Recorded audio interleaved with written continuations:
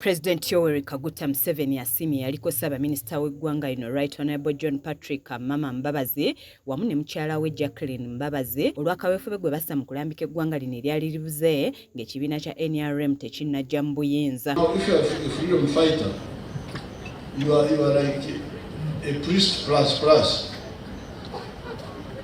Because you are committed, but you are committed on something dangerous. Not peaceful, not what, and disruptive. So, we must praise God to see that we, the freedom fighters, we are able also to have families.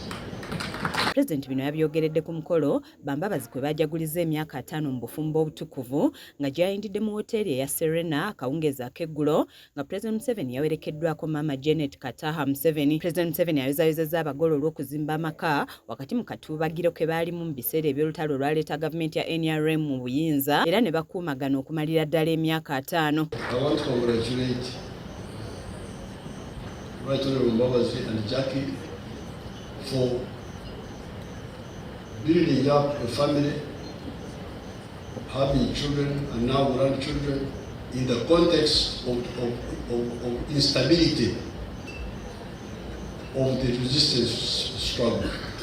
Annyonnyodde engeri gye yasisinkanamu Bambabazi mu myaka egy'ensanvu nga Mbabazi yamuyamba nnyo okuzimba obukulembeze obwali butaaguddwa ensobi ezaali zikoleddwa ab'ekibiina kya Uganda People's Congress ng'ono ne Major General Kahindo Tafiire bamuyamba nnyo okuwandiisa abamu ku bajaasi 28 abasooka okulwanira mu kibinja ekya Fronasa nga bano baatendekebwanga mu ggwanga erya Mozambique ng'ategeezezza nti tayinza kwerabira ebyo Mbabazi bye yakola. Ye Right Honourable Amama Mbabazi ayogedde ku enkolagana ne mukyala we Jacqueline Mbabazi gye yatandikira mu mwaka ogwali 1974 ng'agamba nti yamulabamu omubeezi ow'olubeerera era omuntu gw'asobola okwesigamako mu mbeera yonna ng'asiimye ne President Museveni olw'okubawagira ng'entakera.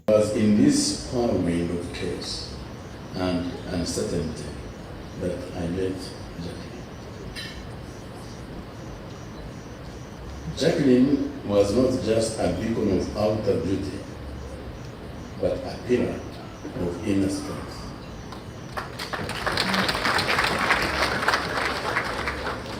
In her, I saw not just a partner for the moment, but a companion for life. Someone who could shoulder the burden or the burdens of her struggle, nurture a family, and if fate so dictated, continue the fight without me.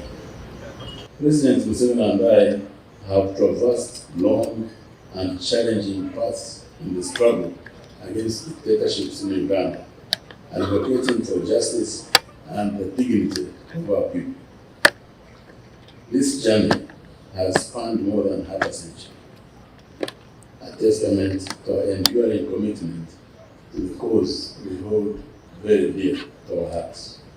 Ye yaliko Ssaabaminisita w'eggwanga lino Dr. Ruhakana Ndugulugunda ayozayozezza Bambabazi olw'ekkula lye batuuseeko ate n'okuba emikwano egyesigika n'asiima ne President Museveni olw'okumanya amaanyi ga Ndugu Amama Mbabazi. Remember the other day, Ndugu Amama was Attorney General, a job he did very well, but had 2 or 3 other ministries. And you remember the name Super Minister. I think, Ndugu Amama, this was merely a recognition of your capacity and ability to be able to perform well in the responsibilities that you are given. Nze Aneti Namatovu ku lwa KSTV Agaleero.